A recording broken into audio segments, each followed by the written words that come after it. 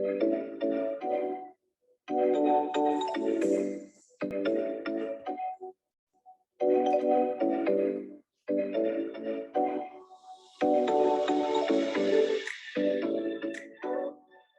everybody. My name is Gilda Ross. I'm the Glenbard Student and Community Projects Coordinator. I am so excited about tonight's event because I had the honor and the pleasure of listening to Dr. Stephanie Carlson at noon today. I took 6 pages of notes and I'm about to take 6 more pages of notes, I think. It was all excellent and I'm so glad you're here. We couldn't do this without our sponsors. For this particular program, special thanks to the YWCA that joined the Glenbard Early Childhood Collaborative in bringing this program to us tonight. We always like to remind everybody that the Glenbard Parent Series is for everyone, everywhere. The programs are free, virtual. This is not only once a week, but this week we've had 2 programs. And we need you to please spread the word. No matter where your friend or relative lives, they're welcome. Like us on social media. Thank you so much. You saw the list of sponsors. Again, thanks to all of them, our annual sponsors. I want to tell you very quickly about what's upcoming. November happens to be one of our busy months, but then every month seems to be a busy month. Next week, we are welcoming Dr. Shauna Shapiro for the first time. She will be talking, the program is titled Rewiring the Teen Brain for Motivation and Calm. And as alluded to this afternoon, Stephanie Carlson will also be listening in and wants to hear more because I think she's a fan, as I am too. So that'll be next week, Wednesday. The week following, I am also excited about a program about the joy of movement with Dr. Kelly McGonigal. We'll hear today as well how important this is for young and old, how exercise helps us find happiness, hope, and courage. That will be the following Wednesday on the 16th at noon and 7 p.m.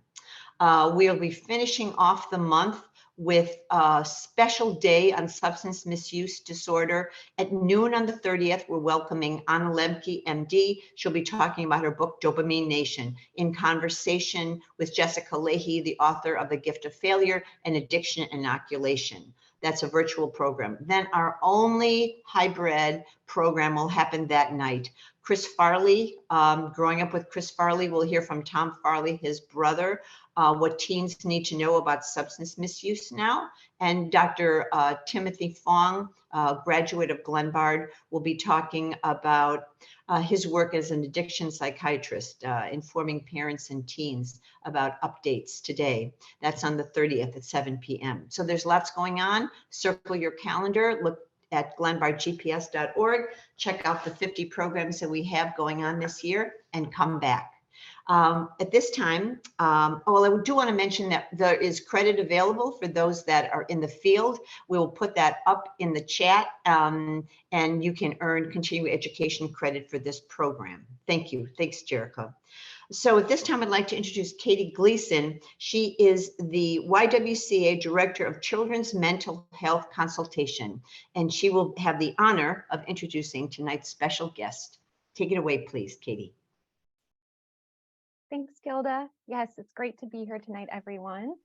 The YWCA has had a relationship with Reflection Sciences and Dr. Carlson since 2017. We have incorporated their executive function screening tool in many of our early childhood programs, screening over 1,000 children and helping teachers and caregivers learn about the importance of executive function skill development and how it relates to social emotional well-being and learning. So when talking with Gilda about her planning for the Early Childhood Parent Series, Dr. Carlson was top on our list of speakers that we wanted to invite. Right. Dr. Carlson is a distinguished McKnight University professor at the Institute of Child Development at the University of Minnesota. She is the co-founder and chief science officer at Reflection Sciences. Dr. Carlson is an internationally recognized leader in the study of executive function, and her current research focuses on ways to help promote executive function through reflective practices in play, parenting, and preschool curricula. She has been an advisor to Sesame Workshop, Understood.org, Noggin, Bright Horizons Family Solutions, and Minnesota Children's Museum. We are delighted to welcome her here to the Glenbard Parent Series for this important young child event, and we know you will learn a lot from her this evening. With that, I turn it over to you, Dr. Carlson. Thank you so much, Katie, for that lovely introduction. And we've really enjoyed our partnership with YWCA Chicago as well. And thank you, Gilda, for inviting me as well. It's such a pleasure and honor to be invited to this amazing series. I'm so impressed with the speakers that you're bringing in and the content that you're providing. Well, with that, I'll get started by sharing my screen.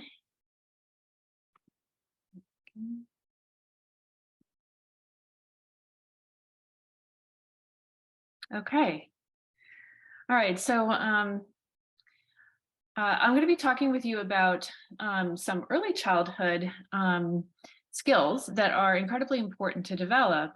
But I also want to emphasize that in case your kids are no longer so little, there's still a lot of development that's happening with these skills, and there's still a very long window of opportunity in which to influence and improve the development of executive function skills. So this is for you too, even if your kids are no longer in preschool. So a little bit about me, in addition to Katie's introduction, I am interested in executive function, of course. It's kind of the hub of research that happens in our lab. Particularly interested in measurement, how to best measure executive function across the lifespan, as well as what it's correlated with or what it's associated with in development. That gives us clues then to how we might intervene. So first we look at kind of what goes with what in nature, and then we say, okay, how could we triangulate on this issue if executive function skills are delayed or deficient in some way, by looking at, well, what is executive function related to in the natural environment, and how can we maybe boost executive function by boosting or intervening on those other things. And I'm really interested in the antecedents of executive function starting in infancy. Even though we think of these skills as something we don't really have until like our mid-20s, these skills are on their way to development essentially from birth. And then lastly, I'm interested in intervention. So what can we do about it? Now that we have some good measures in our toolkit, we understand what goes with what in nature, including before the preschool period even occurs. So what can we do about it to intervene? And again, it's never too late.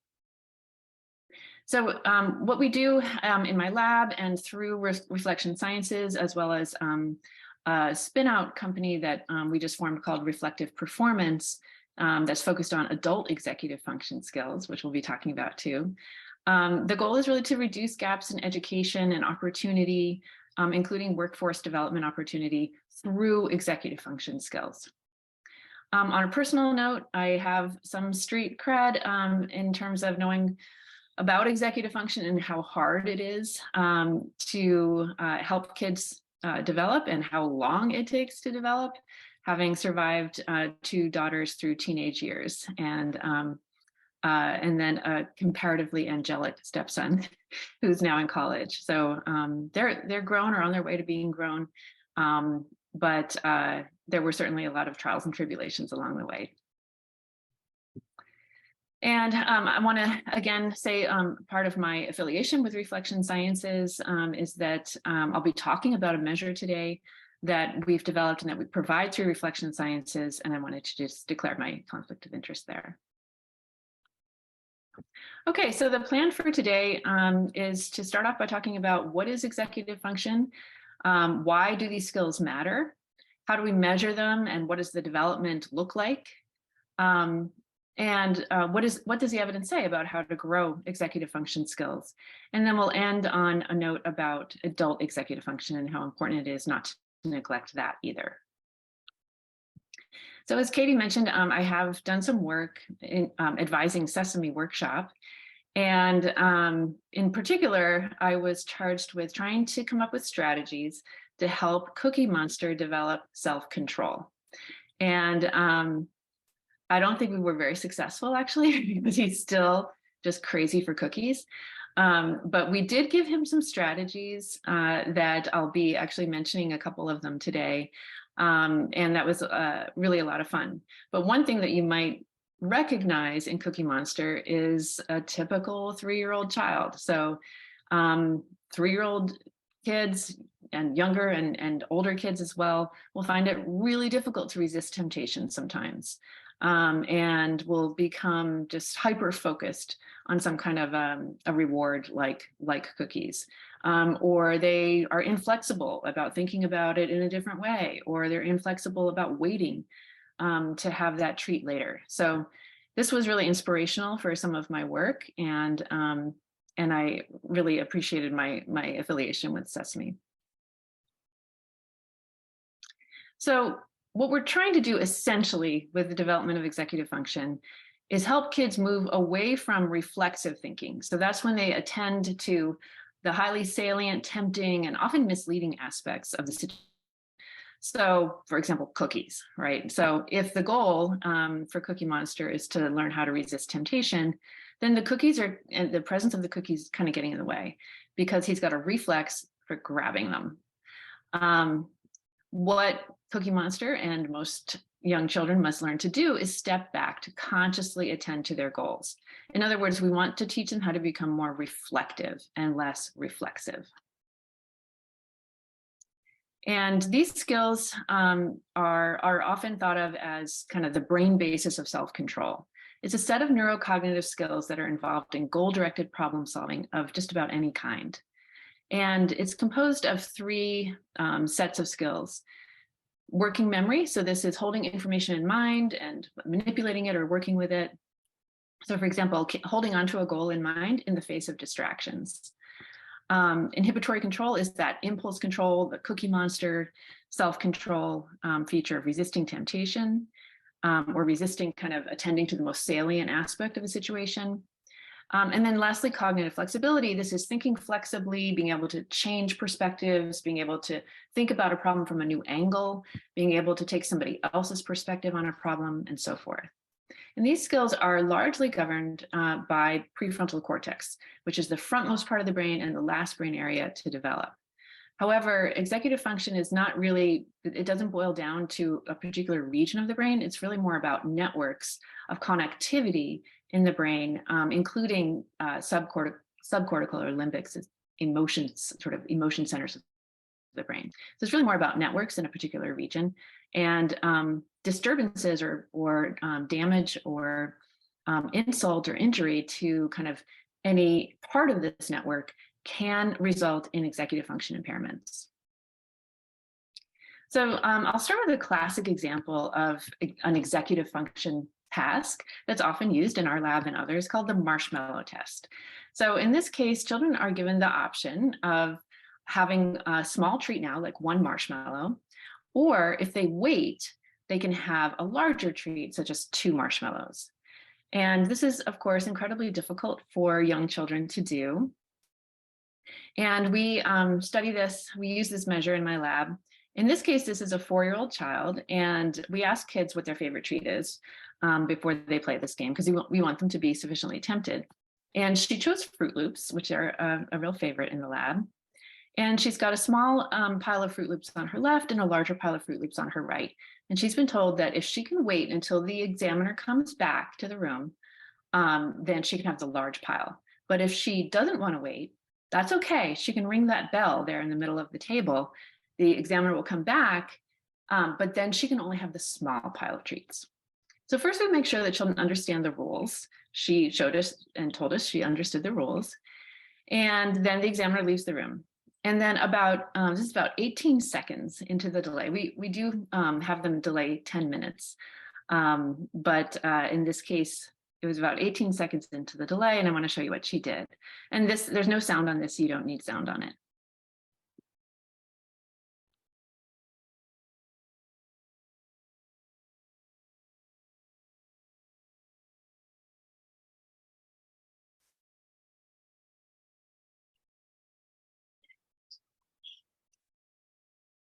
Okay, so this 4-year-old had struggled with the temptation, right? So she pretty quickly reaches for a Fruit Loop, puts it in her mouth, licks the sugar off of it, takes it back out of her mouth, rubs the sugar off of her hands, and puts it back in the tray.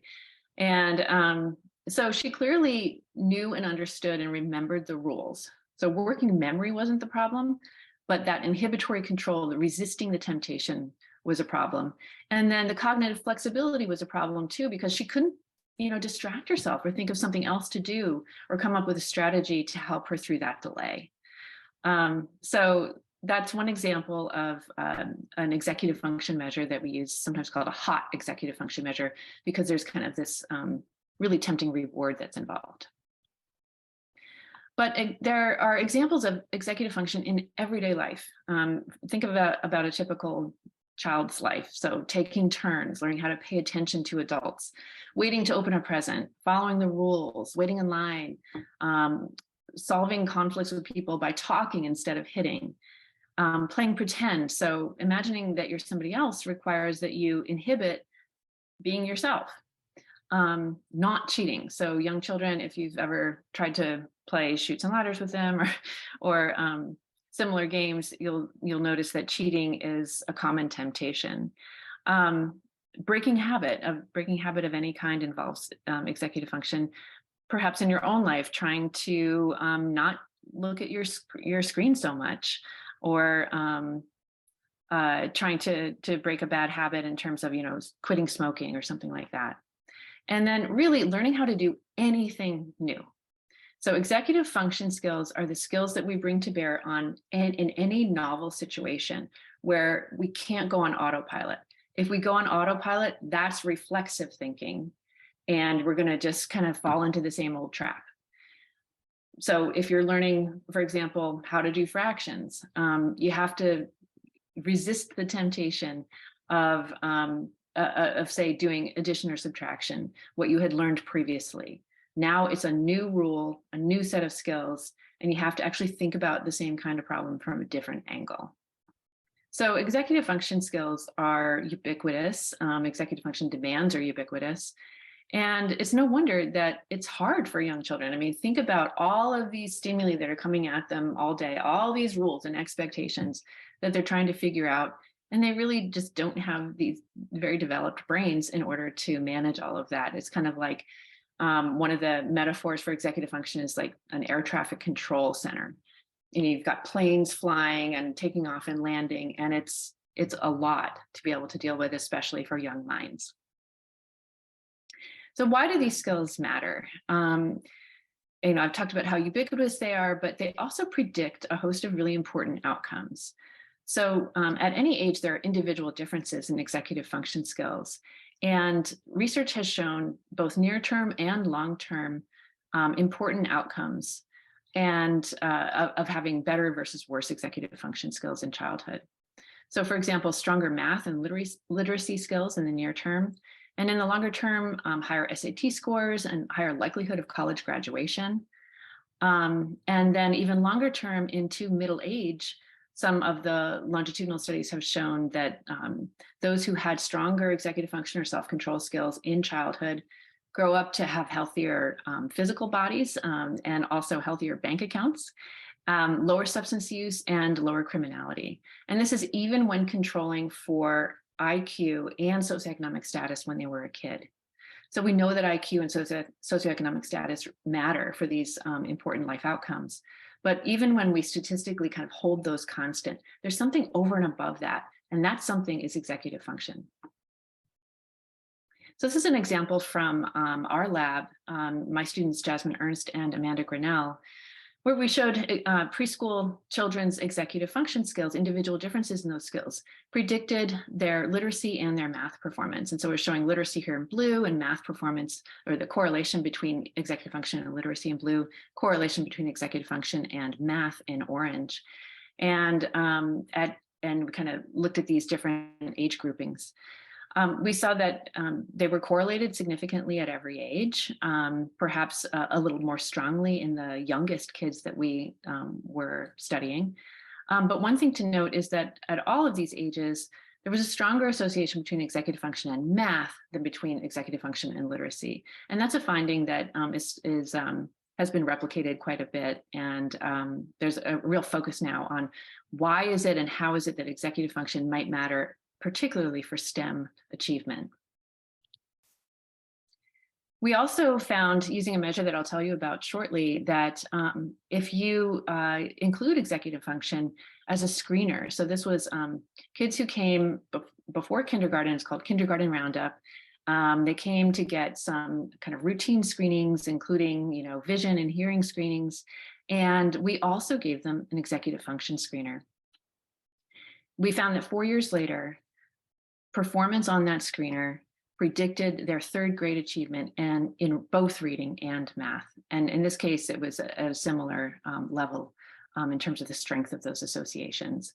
And this was true for girls and boys equally. And this was true for kids who were on free and reduced lunch, as well as for those who were not on free and reduced lunch. So it's a strong and compelling prediction from early executive function to school achievement, which in turn we know predicts so many important things. So one of those long-term longitudinal studies, I'll just give you one example here, showed that self-control as measured in childhood predicted, and in this case it was at age 32, predicted stronger physical health, wealth, less drug dependence, higher socioeconomic status, and fewer criminal convictions. And what's shown here is that if they were in the lowest quintile on executive function in early childhood, they had over 40% of them had a criminal conviction by age 32. And then the likelihood of that went down with each quintile of executive function. And again, this is after controlling for socioeconomic status and IQ when they were a child. So if they're so ubiquitous and they matter so much, how do we measure these skills and what does the developmental course look like? So I'm going to start off with this portion by just asking you to stretch your own executive function skills a little bit. And a classic way of measuring them in adults is called the Stroop test. So I'm going to show you some words and I want you to say to yourself, to your partner, out loud or silently, I want you to say the color that you see, don't say the word, just say the color. All right, you ready? Here we go.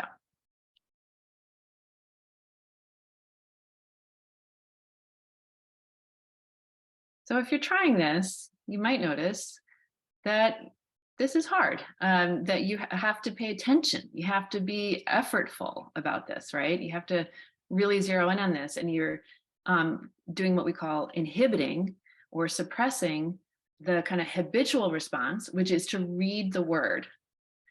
This is an overlearned, now highly habitual response for you, or behavior of yours, which is reading, right?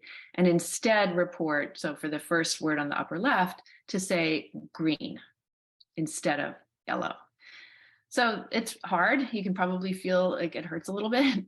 And this is one task, though, that works for you as an adult, but we couldn't use a measure like this with young kids. The reason being, this isn't an overlearned response for them. In fact, they would do better at this task than you would.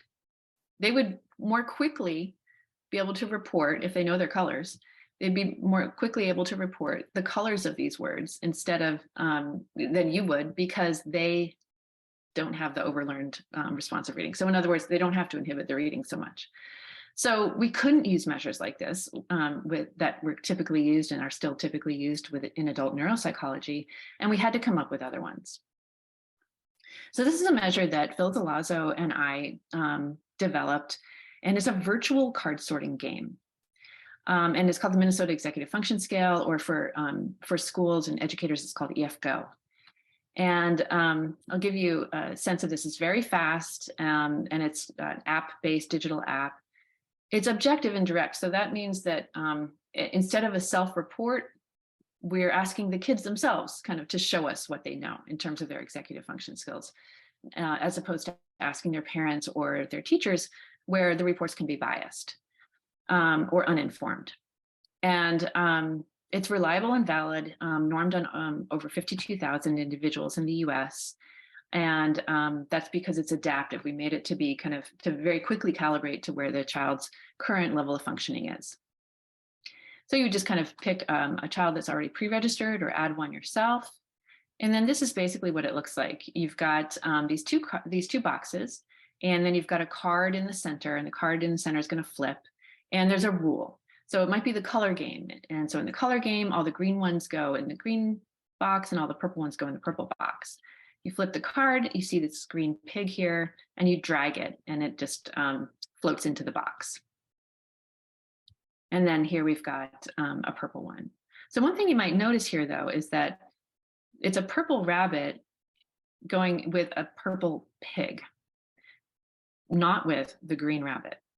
But what if we change the rules here? And what if we say, okay, now we're going to play the shape game. In the shape game, all the rabbits go in the rabbit box and all the pigs go in the pig box. So now that same purple rabbit in the center of the screen here would have to be sorted differently. It would have to go into the box on the left instead of the box on the right. And that is really tricky for young kids, as it turns out. What they tend to do is they continue to play the game by the old rule. So in this case, they would continue to sort by color and fail to switch to sorting by shape. So this measure is efficient. As I said, it takes 4 minutes, but it's comprehensive. So it's capturing all 3 of these aspects of executive function, including working memory, inhibitory control, and cognitive flexibility to be able to switch between those rules. And so we've administered this to just about 90,000 kids now. And this is kind of the developmental picture of what we see. We see sharp and steep developmental improvements from 24 months of age through the preschool years. But this is showing until age 18, we continue to see improvements on the same measure. And that's what was really kind of a breakthrough for us, is to be able to put executive function skills on the same scale using the same measure for the first time across, not only across childhood, but across the lifespan. So the same measure can be used with adults, or a variant of it can be used with adults. And so for the first time, we're kind of comparing apples to apples between labs, between schools, instead of kind of comparing apples and oranges. So it takes a long time to develop these skills. And even at the end of this chart that I'm showing you here, they're still not fully developed. So at any age, however, there are still individual differences. So some kids have stronger executive function skills than others at any given age. And a lot of the work that we've done has shown that this tracks with risk. So being at risk, for example, due to poverty, is associated with lower executive function scores on average. And this has been replicated many times, and we refer to this as the EF gap, or the executive function gap. These kids are in preschool. This is controlling for age and IQ, by the way. So again, that's really important that this is over and above any differences that you might see in intelligence. And these kids have not entered school yet. This is the precursor, we would argue, for the achievement gap that has been well established in older kids once they have, say, that third grade, those third grade achievement tests. So if we can tackle the EF gap, maybe we can stave off the achievement gap or reduce that gap earlier in life. So how do we do that? How could we go about doing that? What has the evidence shown so far about kind of what goes with what in nature? Therefore, they become targets of intervention, things that that might be levers that we could adjust and work with to try to improve executive function for all kids, making them more ready for school, ready to grow, ready to learn, and reap all the benefits of these executive function skills. And we want to start with our youngest learners, from my perspective, because that's when we can, again, set them on a better path, on a better trajectory. So one way I like to think about this is as the tree of success. So there's been quite a bit of research, if you kind of ask people, well, what makes an adult, sort of successful? Well, we know that educational achievement and attainment is a very strong predictor of success. So and by success, I'm talking about not only sort of objective measures of financial well-being and stability, but also happiness and emotional well-being. So the social and emotional skills also help define what we would think of as success in adulthood and what we would want for our kids. And some people think of this as like emotional intelligence. Well, okay, if that's the tree of success, where do these skills come from? And I would argue that executive function skills are the roots of this tree of success, feeding into both branches of the major branches of the tree here, the academic skills as well as social and emotional skills. And I think of reflection as sort of the taproot. So remember I talked about being reflective as opposed to being reflexive. Reflection skills, being able to pause, being able to stop and think, to think twice before acting. That sort of power of the pause is really essential for and kind of what helps to grow executive function skills, which in turn help this tree of success grow. But there are lots of things in the environment that help the tree grow, help these executive function roots be strong. So first things first, that includes adequate nutrition and sleep. That's kind of like the soil for the tree. And we know that that these basics are really essential for brain development generally, which in turn will include executive function skills. What else? Well, quality caregiving is really important for helping these roots be strong. This includes being warm and sensitive, but also using a kind of parenting or caregiving that we call autonomy support. So that refers to supporting the child's autonomy and developing sense of agency. I'll talk more about that in a minute. We also need language. So language input is like the rain that is coming down on the soil and nurturing this soil and making it rich. And language input helps kids label their thoughts and feelings. Those labels are essentially forms of reflection, right? So when they reflect on how they're like what they're about to do before they do it, if they have a language label for that, they're far more likely to succeed in that goal. So even just the word wait, right? If you think about the marshmallow test, think back to Cookie Monster. If they have the word wait and they know what it means, it's incredibly powerful for helping them do that. So adults and the environment helping with a lot of rich language input is beneficial here. This is a kid who's singing about waiting during the marshmallow test. And it helped him delay longer. I don't know if he waited the entire time, but we do know that kids who use verbal strategies wait longer during the marshmallow test, and even longer than kids kids move developmentally. First, they use physical strategies. So for example, they'll cover their eyes with their hands so that they don't have to look at the food during the delay, or they'll turn themselves around in their chair, which I think is pretty smart. But older kids can deal with the temptation of the marshmallows being right in front of them, but they come up with verbal and symbolic strategies like singing about waiting to endure the delay instead.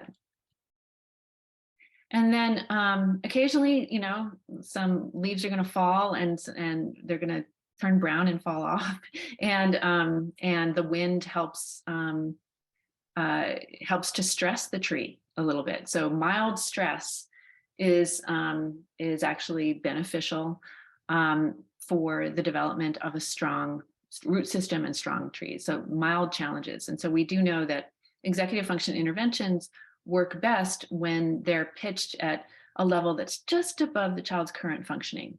So Vygotsky called that the zone of proximal development. And if you think about it, if they already know how to do it, they can do it on autopilot. They're not exercising or stretching their executive function skills. But if you put them in a mildly challenging situation, not too much, but just enough, then they get a chance and an opportunity to stretch and exercise those skills. Play also is beneficial for the development of these skills. So it can't be, all work and no play. And joy and making things, fun, boosting that dopamine, and making it motivating for kids to want to work on these skills, right? To hold those goals in mind and to keep persevering toward them. If you can do that in a playful environment, that is all the more successful. And then lastly, what can really tear all of this down in terms of this tree of success is toxic stress. So this is uncontrollable,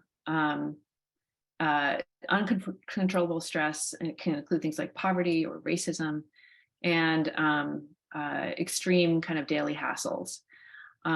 We know that stress is the enemy of executive function, and it actually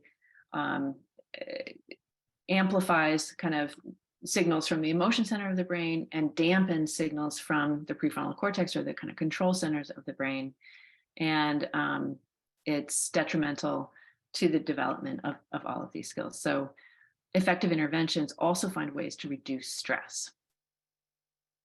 I just want to mention a little bit more about autonomy support. It's something that we're continuing to work on in my lab, and help caregivers, parents, teachers understand what this means.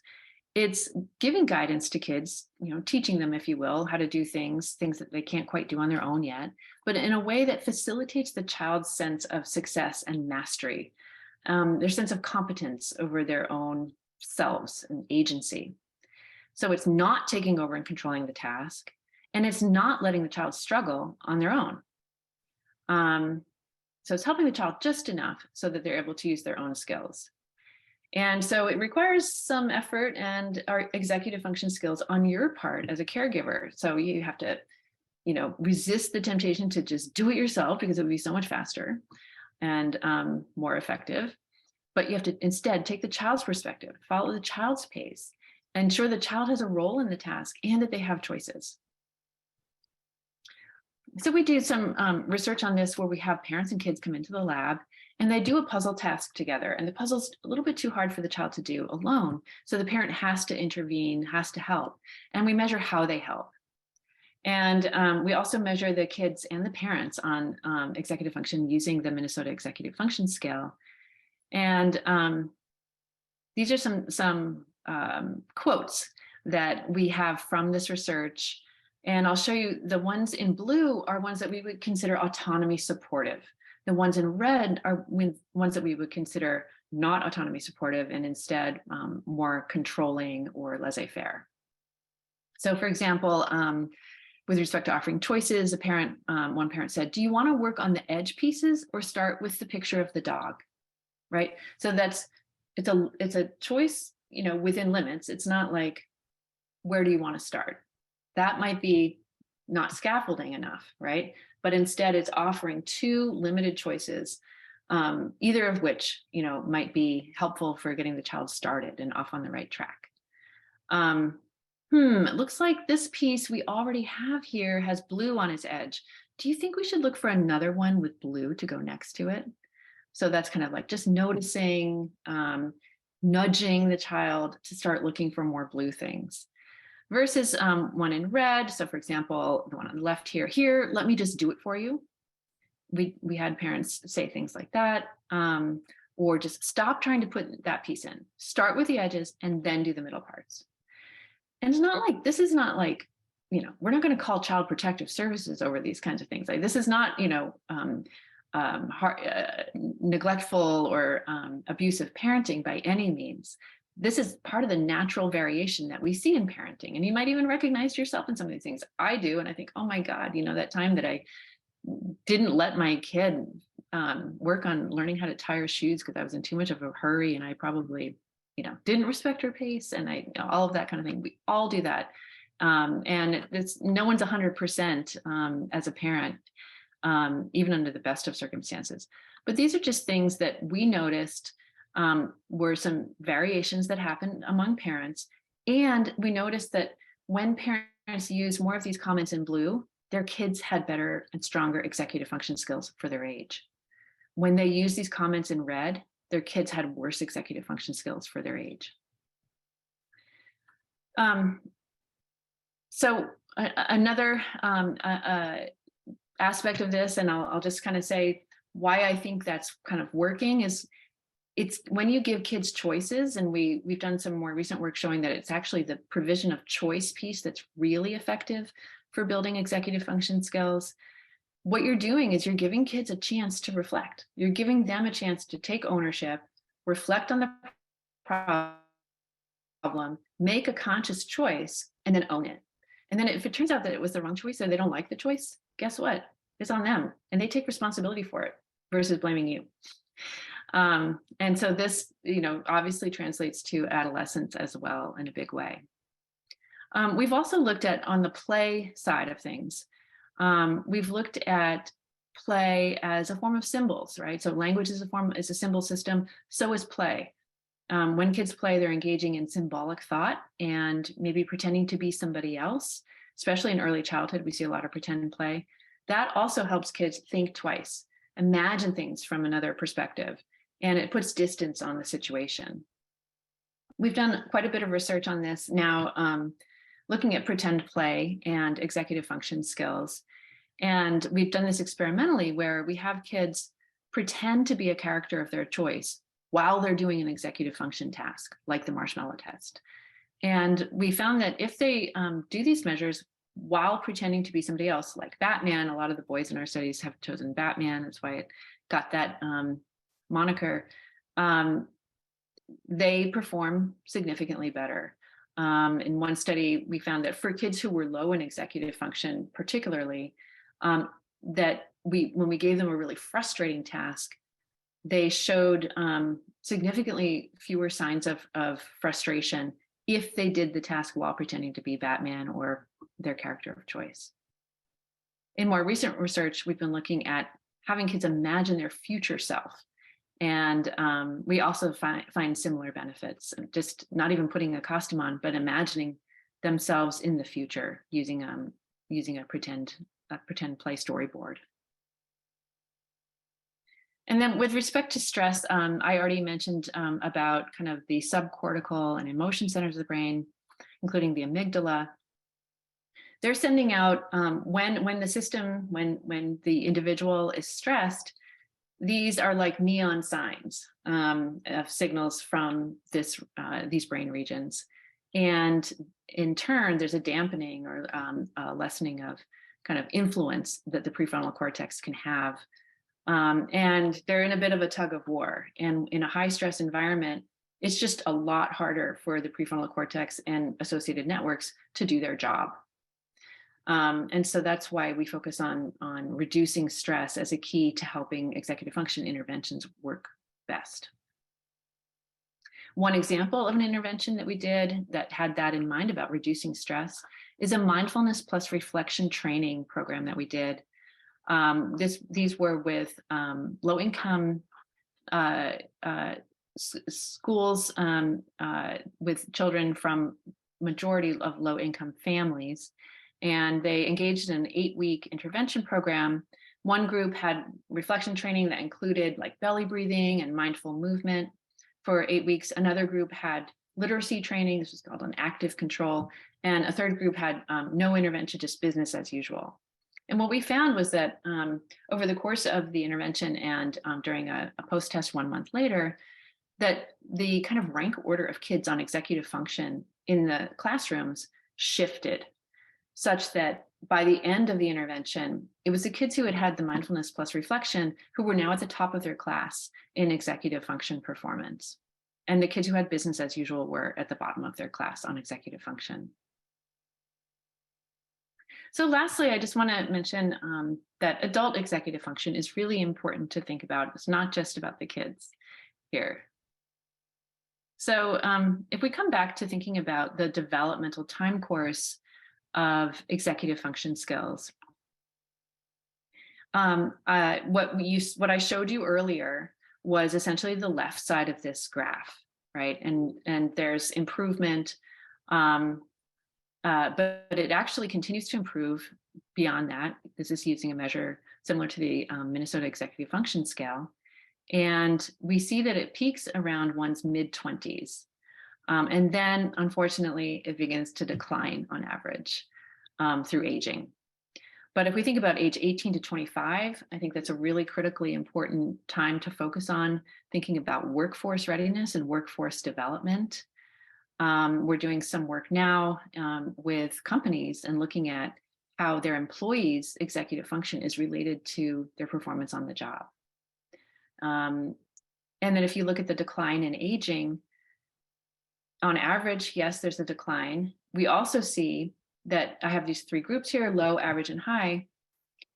In the absence of intervention, these individual differences in executive function skills tend to be highly stable. So for example, if you're low on executive function in early childhood, you're likely to remain low relative to your peers throughout the life course in the absence of intervention. And that's a really important point.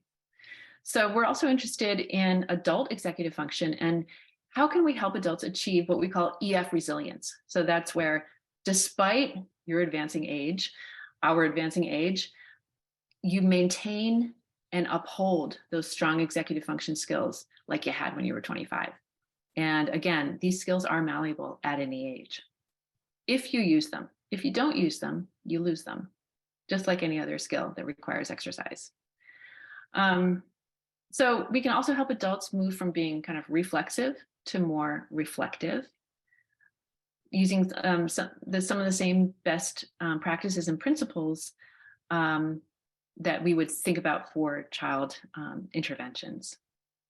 So our advice to adults and caregivers is to put on your own oxygen mask first. So taking care of yourself and your own reactivity and learning how to be more reflective and less reflexive is going to benefit kids in your life, the kids in your life, through modeling, as well as helping you, say, be more autonomy supportive. And we know how incredibly hard teachers are, and the models of the hard work, desire for learning, and self-control that we expect our students to learn and display.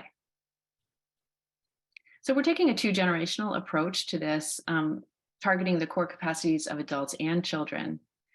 And if we can help adults improve their own executive function, then we know that they can more effectively manage their roles and obligations, improve the quality of home and school environment, and more effectively support children's executive function development, in part by modeling good executive function skills themselves. And I'll just take you back to this study that we did, again, a series of studies that we did on autonomy support in parents. And so they're engaging in a puzzle, kind of like the one shown here that a father and daughter are working on. And we found that parents' executive function, as measured on the MEFs, was related to their kids' executive function on the MEFs. That might be no surprise, right? Through maybe even just passive genetic transmission or modeling, or both. But also, the parents' executive function was really strongly related to how autonomy supportive they were in this task. So parents with stronger executive function skills found it far easier to be autonomy supportive in this case. And that in turn predicted the child's executive function performance. So this is a mediation model. And so this kind of basic research gives us clues about intervention. So for example, thinking about a pretty simple autonomy support intervention that can be done with parents and teachers. We do know that higher executive function in teachers is associated with lower levels of stress in the classroom. Again, trying to keep that stress level down will really help with keeping executive function levels up. The research on adult SEL or social emotional learning is in the early days, but promising. So adults with stronger social and emotional skills, including executive function, are less likely to report burnout, for example, and have a host of outcomes, higher levels of patience that are likely to be conducive to helping kids in their classrooms develop executive function skills. And lastly, I don't have time to go into a lot of the adult intervention work, but in general, engaging in activities that can refuel us can help to prevent kind of overloading our capacity to use these skills that we have developed, maybe not fully, and maybe they're on the decline, But if we attend to these skills, recognize how important they are, and take the time to take breaks throughout the day, to devote time to relaxing and engaging in mindfulness activities. There's quite a bit of research on mindfulness being an effective intervention. Then we can better help the kids in our lives. So I will stop there. Thank you very much for your attention. I feel so fortunate that I got to hear this twice today, because there was so much that I was able to absorb hearing you twice. Thank you so much. We're going to take a couple of questions. Some were emailed to me. Here's one. I would love to hear a little more or specific examples about how different moments in play can support executive functioning and what that might look like. Some examples. Great, sure.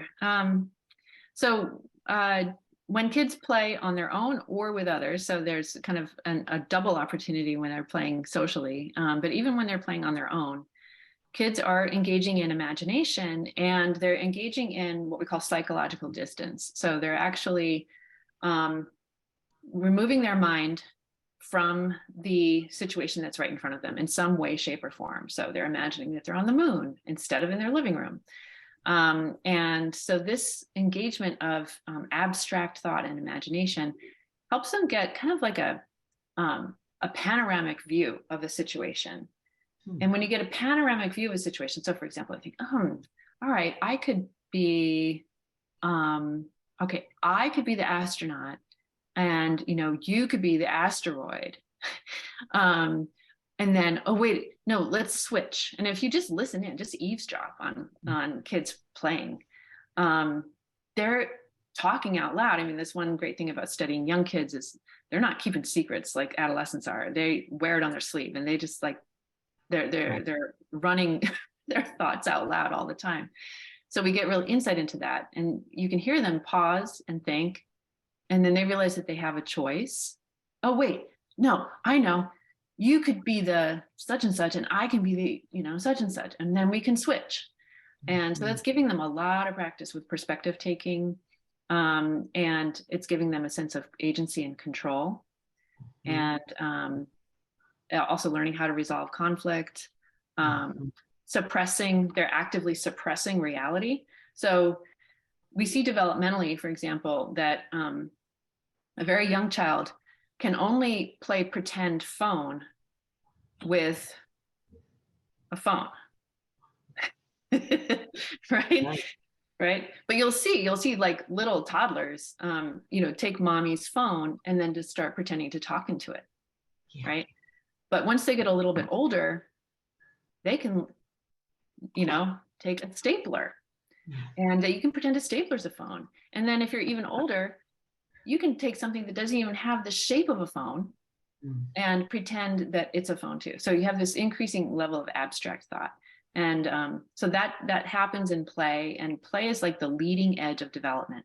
We see things in play.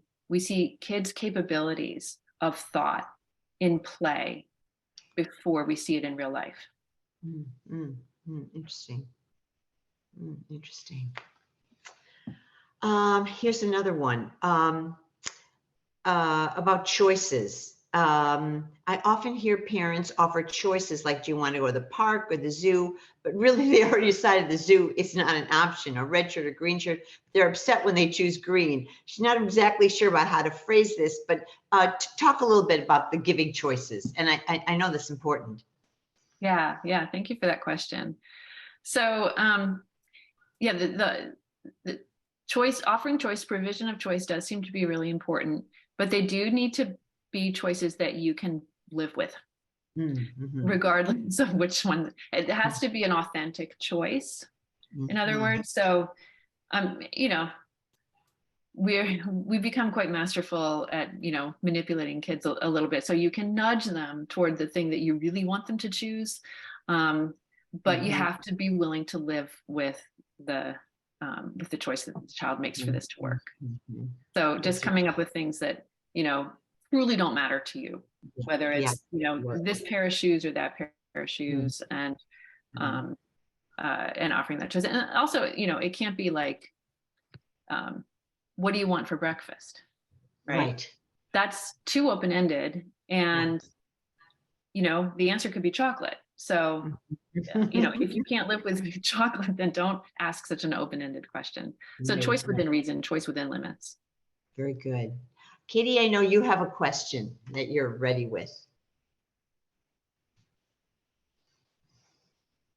Yes, sorry, I do. I was just starting to put it in the chat, but so Dr. Carlson, I love the image of the tree with executive function as the roots and social, emotional, and academic as the branches. Can you say more about the connection between executive function skills and emotional regulation? Because I know especially caregivers and teachers of young children, like that's a big thing, right? Supporting kids with those big feelings, tantrums. So can you say more about that? Sure, yeah. So executive function skills, as I said, are important for any novel problem-solving situation. And sometimes those are really unemotional, just kind of, figuring out a new route to work. But sometimes they're really emotional. So, getting fired for the first time, think about, adult examples, like that's a novel, it can be a novel situation, and it can be really hard to deal with. And but you're drawing on the same sets of skills in both cases. So you're drawing on reflection and kind of pausing, thinking twice. Okay, wait, is this really so bad? Is there a silver lining here? Is there another way to think about this? How can I get myself back up on my feet? Have I been here before? What did I do then? Right. And those are all the kinds of questions that you can ask of kids and get them to be thinking about and reflecting on when they're having big feelings. So, this is kind of like the time that we were at grandma's and you left your favorite stuffed animal there and we had to, we left without it. This is kind of like that. And how did we handle that? What did we do? And so again, it's teaching them to do self-talk. Whether it's a highly emotional situation or not, it's just that it can take a little extra scaffolding with a highly emotional situation and a different kind of scaffolding. So sometimes they just need you to tune in to them and be warm, validate, and hold them while they kind of figure this out. But again, you're really drawing on the same sets of skills. Thank you. This afternoon, I liked when we talked about the importance of vocabulary, which you mentioned, the naming it to taming it, how important that is.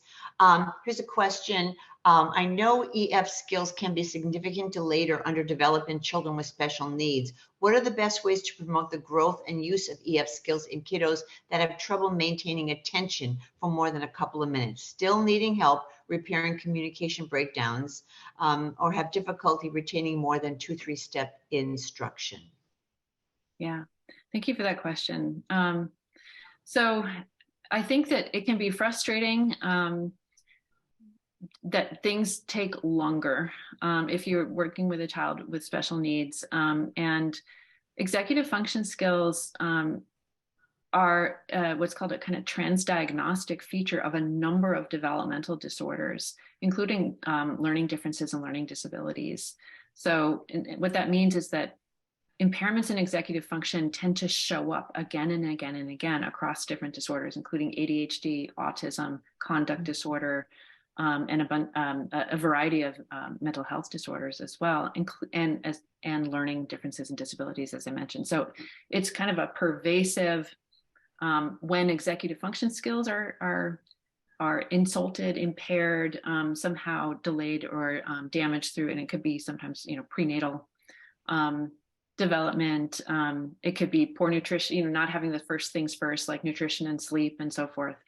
But the effects can be pervasive. I would emphasize, how important it is that we're discovering what to do earlier in development and how these skills develop earlier, so that we can actually kind of simulate that, even if chronologically a child is older.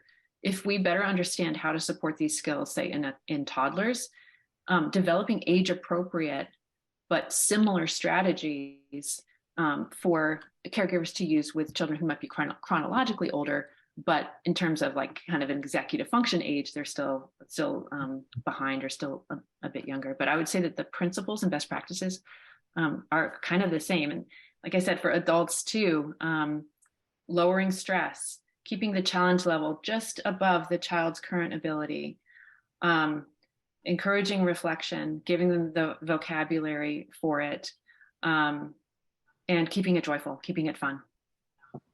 Wonderful. Sounds like a perfect place to close. Thank you so much. We do like to end by saying, let's go and hug the kids. So we'll add that too to the list.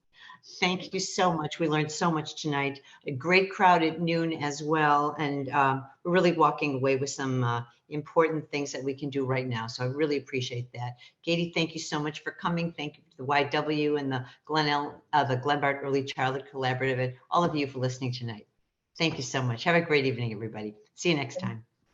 Take care. Thank you.